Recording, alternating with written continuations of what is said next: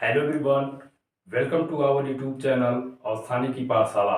दोस्तों, आज इस वीडियो में मैं आप लोग को बताऊंगा पास्ट परफेक्ट कंटीन्यूअस टेंस के नेगेटिव और इंट्रोगेटिव नेगेटिव सेंटेंस को, अर्थात 3 तरह के वाक्यों को इस वीडियो में आप लोग को बताऊंगा, वो भी बड़े आसानी से कि कैसे हिंदी वाक्यों को इंग्लिश में या फिर इंग्लिश वाक्यों को हिंदी में कैसे ट्रांसलेट किया जाता है।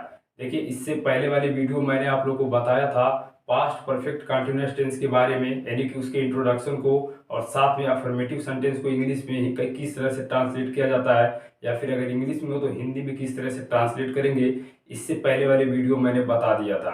अगर आप उस वीडियो को नहीं देखे हैं तो डिस्क्रिप्शन बॉक्स में मैंने लिंक दे दिया है, आप उस लिंक के माध्यम से उस वीडियो को देख सकते हैं। दोस्तों, बहुत इंपॉर्टेंट होता है, इसलिए मैं आप लोगों से कहूँगा कि इस वीडियो को शुरू से अंत तक देखिए और अपने अंग्रेजी ग्रामर को, साथ में अंग्रेजी को और ज़्यादा मजबूत कीजिए। तो चलिए, ज़्यादा देर ना करते हुए मैं वीडियो को स्टार्ट करता हूँ और आप लोग को बताता हूँ कि नेगेटिव और इंट्रोगेटिव नेगेटिव में की। तो आइए समझते हैं पास्ट परफेक्ट कंटीन्यूअस टेंस के नेगेटिव, इंट्रोगेटिव नेगेटिव कैसे होते हैं और कैसे इसको इंग्लिश में ट्रांसलेट किया जाता है, या फिर अगर इंग्लिश में हो तो कैसे उसको हिंदी में ट्रांसलेट करेंगे। दोस्तों, सबसे पहले पास्ट परफेक्ट कंटीन्यूअस टेंस के बारे में जानना बहुत जरूरी है, तो मैं आपको फिर एक बार बता देता हूँ कि पास्ट परफेक्ट कंटीन्यूअस टेंस जो होता है, वाक्य के अंत में रहा, रह, रही के साथ था, थे, थी आता है और वाक्य में समय से दिया गया होता है। जैसे सन 2000 से, ठीक है, जुलाई से, कई महीनों से, कई दिनों से, रविवार से। दोस्तों, इस तरह के जो हमारे सेंटेंस होते हैं ये पास्ट परफेक्ट कंटीन्यूअस टेंस कहलाते हैं, ठीक है। और अगर समय से इसमें से रिमूव कर दिया जाए तो ये हमारा हो जाएगा पास्ट कंटीन्यूअस टेंस। जैसा कि बोर्ड पे मैं पहले से कुछ सेंटेंस यानी कि कुछ वाक्यों को लिख रखा हूँ। अगर इतने सारे वाक्य आसानी से समझ जाएंगे तो बहुत सारे वाक्य खुद आप बना सकते हैं। यानी कि ये ऐसे कह सकते हैं कि समझने के लिए इतने सारे वाक्य बहुत ज़्यादा हैं, यानी कि समझने के लिए ये काफ़ी हैं। लेकिन मैं आप लोग को और तरह तरह के वाक्य इसके बाद में बताऊंगा। ये बताने के बाद मैं इसके बाद और सारे वाक्यों को बताऊंगा कि कैसे उसको इंग्लिश में ट्रांसलेट किया जाता है। मैं कुछ नेगेटिव और इंट्रोगेटिव सेंटेंस लिया हूँ और इसके बाद मैं आप लोग को बताऊंगा कि कैसे इसको इंग्लिश में ट्रांसलेट करना है, ठीक है। ध्यान दीजिए, वह सुबह से काम नहीं कर रहा था, यानी कि देखिए इसमें समय से दिया गया है, यानी कि सुबह से काम नहीं कर रहा था, ये नेगेटिव सेंटेंस है, ठीक है। इसमें नहीं शब्द आया जिसकी वजह से क्या हो गया, नेगेटिव सेंटेंस हो गया।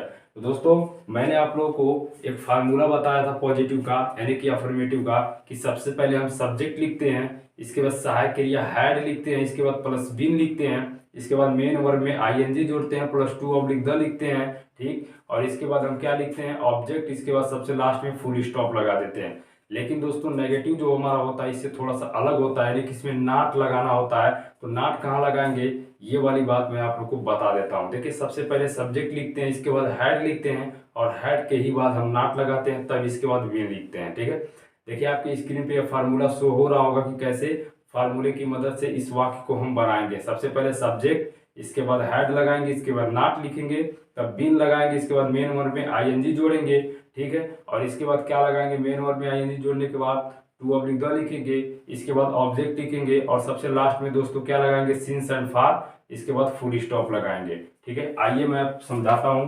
देखिए, वह सुबह से काम नहीं कर रहा था, तो सबसे पहले इसको बनाएंगे, यानी कि वह की अंग्रेजी लिखेंगे ही, ठीक है। अब देखिए, ही के साथ भी हैड लगाएंगे, कोई भी सब्जेक्ट हमारा हो हैड लगाएंगे, यानी कि सभी कर्ताओं के साथ हैड का प्रयोग करना है। तो कहेंगे ही हैड नॉट, इसके बाद दोस्तों बीन लगाएंगे, ठीक है। कहेंगे ही हैड नॉट बीन। अब देखिए, काम करना होता है वर्किंग, वर्क मतलब होता है, तो इसमें आईएनजी जोड़ देंगे तो वर्किंग हो जाएगा, यानी कि वह काम नहीं कर रहा था, कब से, सुबह से। तो यहाँ पे दोस्तों सुबह में सिंस लगता है, तो कहेंगे सिंस मॉर्निंग, सिंस मॉर्निंग लिख देंगे। इसके बाद हमारा ये सेंटेंस हो जाएगा खत्म, यानी कि he had not been working since morning. ये रहा हमारा कि वह सुबह से काम नहीं कर रहा था, इस बात की अंग्रेजी में अनुवाद। आइए नेक्स्ट वाले को समझते हैं। विद्यार्थी सोमवार से क्रिकेट नहीं खेल रहे थे, तो सबसे पहले हम विद्यार्थी की अंग्रेजी यानी कि सब्जेक्ट लिखेंगे द स्टूडेंट्स,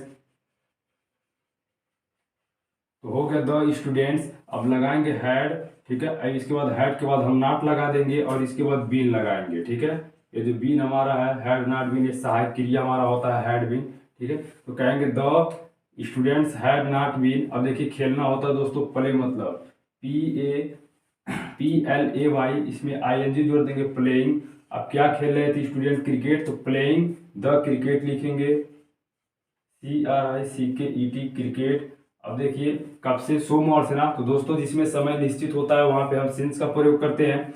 यानी कि आप कैसे मतलब ऐसे कह सकते हैं कि जहाँ पे पॉइंट ऑफ टाइम दिया गया, sorry time of point of time दिया गया, यानी कि जहाँ पे समय का बिंदु दिया गया हो वहां पे सिंस लगाते थे। यहाँ पे सोमवार यानी कि पॉइंट हमको दिया गया, तो यहाँ पे हम लगाएंगे सिंस मंडे, सिंस मंडे। ये रहा हमारा विद्यार्थी सोमवार से क्रिकेट नहीं खेल रहे थे, इस बात की अंग्रेजी। यानी कि हमारा हो गया the students had not been playing the cricket since Monday. दोस्तों एक बात ध्यान देने वाली ये होता है कि हैड नॉट जो होता है, सॉरी हैड जो होता है, एक वचन हो चाहे बहुवचन करता हो, यानी कि सिंगुलर हो या प्लूरल सब्जेक्ट हो, सभी के साथ हम हैड का प्रयोग करते हैं। ठीक है, आइए समझते हैं। मैं कई दिनों से घर नहीं जा रहा था, इसको बनाएंगे, कहेंगे आई। ठीक है, I had not been, I had not been. अब देखिए जाना होता है गो, मतलब तो ING जोड़ देंगे तो गोइंग हो जाएगा, यानी कि I had not been going.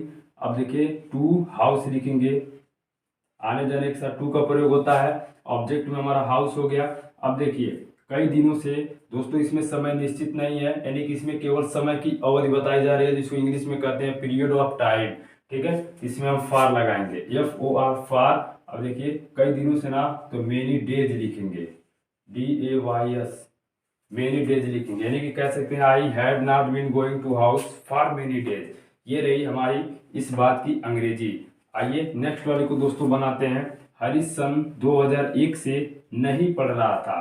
तो यहाँ सबसे पहले मैं हरी की अंग्रेजी लिखूंगा, हरी हैड लगाएंगे, हरी हैड नॉट बीन,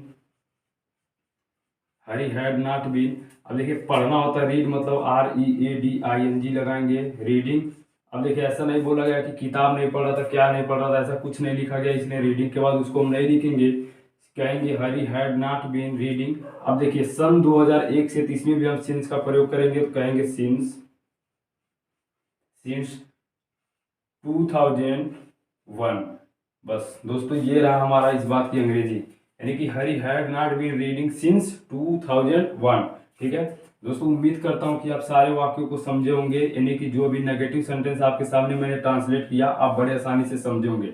आइए मैं कुछ इंट्रोगेटिव सेंटेंस को बताता हूं और इसके बाद इरेज करके और सारे वाक्यों को मैं आपको बताऊंगा। ठीक है, क्या हुआ, कई महीनों से पढ़ा रहे थे, तो आइए इसको समझते हैं। तो देखिए दोस्तों मैंने आप लोग को समझाया है, जितना टेंस मैंने अभी तक आप लोग को बताया, हर टेंस में ये बात मैं आपको बताता रहता हूँ। अगर क्या शब्द वाक्य सबसे पहले आए तो उसकी अंग्रेजी नहीं लिखते हैं, उसकी अंग्रेजी छोड़ देते हैं। ठीक है, उसके जगह पे सहायक क्रिया लिखेंगे, तो सबसे पहले हम हैड लिखेंगे, हैड। अब देखिए इंट्रोगेटिव सेंटेंस है, तो कहेंगे हैड के बाद हम सब्जेक्ट लिखेंगे हैड। अब हुआ हैड ही, अब बीन लगाएंगे, हैड ही बीन। अब देखिए अब यहाँ पे मेन वर्ब लिखेंगे, तो मेन वर्ब इसमें हमारा पढ़ाना, तो TEA, टीचिंग। अब देखिए कई महीनों से, इसमें भी समय निश्चित नहीं, इसलिए फार लगाएंगे, फार मेनी मंथ्स। उम्मीद करता हूं कि आप बड़े आसानी से समझोगे। देखिए यहाँ पे फुल स्टॉप नहीं लगाना है, यहाँ पे क्वेश्चन मार्क लगाना है। यही क्वेश्चन मार्क बताता है कि इसमें प्रश्न पूछा गया है। ठीक है, और इसमें कोई प्रश्न पूछने वाला शब्द नहीं लिखा गया, जिससे हमें पता चल जाता है कि हिंदी वाले वाक्य में क्या शब्द सबसे सबसे पहले आया था। ठीक है, आइए नेक्स्ट वाले को समझते हैं। शेर क्यों शाम से शिकार कर रहे थे, यानी कि कई सारे शेरों की बात हो रही है, तो सबसे पहले लिखेंगे वाई, प्रश्न पूछने वाला शब्द लिखेंगे। देखिए मैं बता देता हूं, अगर आपको इसमें मतलब ये जो फार्मूला इंट्रोगेटिव का होता है, अगर आपको समझने में प्रॉब्लम हो रही है तो स्क्रीन पे आपके इंट्रोगेटिव सेंटेंस का फार्मूला शो हो रहा होगा। आप उस फार्मूले की मदद से आप ऐसे वाक्यों को बड़े आसानी से बना सकते हैं। देखिए फार्मूला किताब में नहीं दिया गया, तो फार्मूला खुद समझना पड़ता है, खुद से फार्मूला आप क्रिएट कर सकते हैं। ठीक है, तो फार्मूले में सबसे पहले QW बोला गया है, इसके बाद दोस्तों हैड है, इसके बाद क्या है, QW के बाद हैड, इसके बाद सब्जेक्ट का बीन लगाना है, और बीन के बाद दोस्तों क्या लगाएंगे, मेन वर्ब, मेन वर्ब में ING जोड़ेंगे, टू/द लिखेंगे, इसके बाद ऑब्जेक्ट, ऑब्जेक्ट के बाद हम लगाएंगे सिंस एंड फार, और सबसे लास्ट में लगाएंगे क्वेश्चन मार्क। ठीक है, तो वाई लिखेंगे, why had why had the lion लिखेंगे, लायंस लिखेंगे क्योंकि कई सारे शेरों की बात हो रही है, जैसा कि हमारे वाक्य कह रहे हैं। ठीक है, शेर क्यों शाम से शिकार कर रहे थे, यानी कि वाई हैड द लायंस। अब देखिए हंटिंग मतलब होता है शिकार करना। ठीक है, तो हंटिंग HUNTING, हंटिंग मतलब होता है शिकार करना। ठीक है, तो हंटिंग, अब देखिए कब से, शाम से ना, तो दोस्तों शाम से भी समय निश्चित होता है, इसलिए सिंस लगाएंगे, सिंस इवनिंग। सिंस इवनिंग हो गया, और सबसे लास्ट में क्वेश्चन मार्क लगा देंगे। तो उम्मीद करता हूं कि इतने सारे वाक्यों को आप समझे होंगे। आइए समझते हैं और सारे वाक्यों को, यानी कि इंट्रोगेटिव और इंट्रोगेटिव नेगेटिव के वाक्यों को हम और बता। तो आइए समझते हैं और सारे जो इसमें एग्जाम्पल आते हैं दोस्तों, यानी कि इंट्रोगेटिव और इंट्रोगेटिव नेगेटिव, और सारे एग्जाम्पल को समझते हैं और अपने डाउट को और क्लियर करते हैं। दोस्तों जरा ध्यान से देखिए, वह रविवार से क्या दिल्ली जा रहा था। आइए इसको इंग्लिश में ट्रांसलेट करते हैं, यानी कि वही वाला फार्मूला लगाएंगे, इंट्रोगेटिव नेगेटिव वाला है। ठीक है, देखिए वह रविवार से क्या दिल्ली जा रहा था, तो सबसे पहले वाट लिखेंगे। अगर क्या शब्द वाट के बीच में आ रहा था तो इसके अंग्रेजी वाट सबसे पहले लिखते हैं। वाट हैड, इसके बाद सब्जेक्ट लिखेंगे ही, वाट हैड ही। इसके बाद दोस्तों बीन लगाएंगे, कहेंगे वाट हैड ही बीन। अब देखिए मेन वर्ब इसमें गो मतलब जाना, तो ING जोड़ देंगे तो गोइंग हो जाएगा, गोइंग टू। अब देखिए कहाँ जा रहा, तो दिल्ली, दिल्ली लिखेंगे, दिल्ली की, मतलब जो अंग्रेजी लिखी जाती है दिल्ली लिखी जाती है, यानी कि what had he been going to Delhi. अब देखिए रविवार से समय निश्चित है, इसलिए हम सिंस संडे लिखेंगे, सिंस संडे। उम्मीद करता हूं कि आप लोग बड़े आसानी से समझ रहे होंगे। देखिए सबसे गलती लोग यहीं पे करते हैं, फुल स्टॉप की जगह क्वेश्चन मार्क लगाना है। आइए समझते हैं, क्या तुम 2 बजे से पत्र लिख रहे थे, तो क्या की अंग्रेजी छोड़ देंगे, हैड लिखेंगे, हैड यू बीन। अब दोस्तों देखिए लिखना होता है राइट, मतलब WRIT, तो इसमें हम क्या कर देंगे, ING जोड़ देंगे, तो डबल टी कर देंगे। टी को डबल इसलिए कर देंगे, देखिए जब किसी लास्ट वाले, यानी कि जब किसी क्रिया का अंतिम अक्षर क्या हो, अगर कि कॉन्सोनेंट हो और उससे पहले अगर एक वावेल आया रहता है, तो ING जोड़ते समय लास्ट वाला अक्षर दोगुना कर देते हैं। ठीक है, इसलिए मैंने डबल टी कर दिया। हैड यू बीन राइटिंग, ठीक, राइटिंग ए लेटर लिख सकते हैं, क्योंकि एक बार में एक ही पत्र लिखा जा सकता है, इसलिए मैं ए लेटर लिख सकता हूँ। राइटिंग द लेटर भी लिख सकते हैं, बिल्कुल दोनों सही होगा। ठीक है, तो कहेंगे had you been writing a letter. अब देखिए कब से, 2 बजे से ना, तो दोस्तों 2 बजे से कितना हो बजे से बात की जाए, वो समय निश्चित होता है, इसलिए हम लगाएंगे सिंस, सिंस 2 o'clock लिखा जाता है। सबसे लास्ट में लगा देंगे क्वेश्चन मार्क। 2 o'clock देखिए ऐसे लिखा जाता है, 2 लगाया जाता है, ओ के बाद अपॉस्ट्रोफी लगाया जाता है, इसके बाद क्लॉक लिखा जाता है। ठीक है, बंदर क्या 4 दिनों से हरी पत्तियां नहीं खा रहे थे, तो आइए इसको बनाते हैं दोस्तों। अब ये जरा ध्यान से देखिए, ये इंट्रोगेटिव और इंट्रोगेटिव नेगेटिव सेंटेंस है, यानी कि इंट्रोगेटिव है, यानी कि प्रश्न में पूछा जाएगा और इसमें नहीं शब्द भी आएगा। ठीक है, तो जैसा कि यहाँ पे आप देख रहे हैं, क्यों और नहीं दोनों आया है, तो इसे ही हम कहते हैं इंट्रोगेटिव नेगेटिव सेंटेंस। ठीक है, आइए इसको इंग्लिश में बनाते हैं। तो सबसे पहले वाई लिखेंगे, प्रश्नवाचक शब्द लिखेंगे जो प्रश्न पूछ रहा है, इसके बाद हैड लगाएंगे। ठीक है, इसके बाद हम सब्जेक्ट लिखेंगे, तो बंदर है इसमें, तो द मंकी लिखेंगे। ठीक है, MONKEY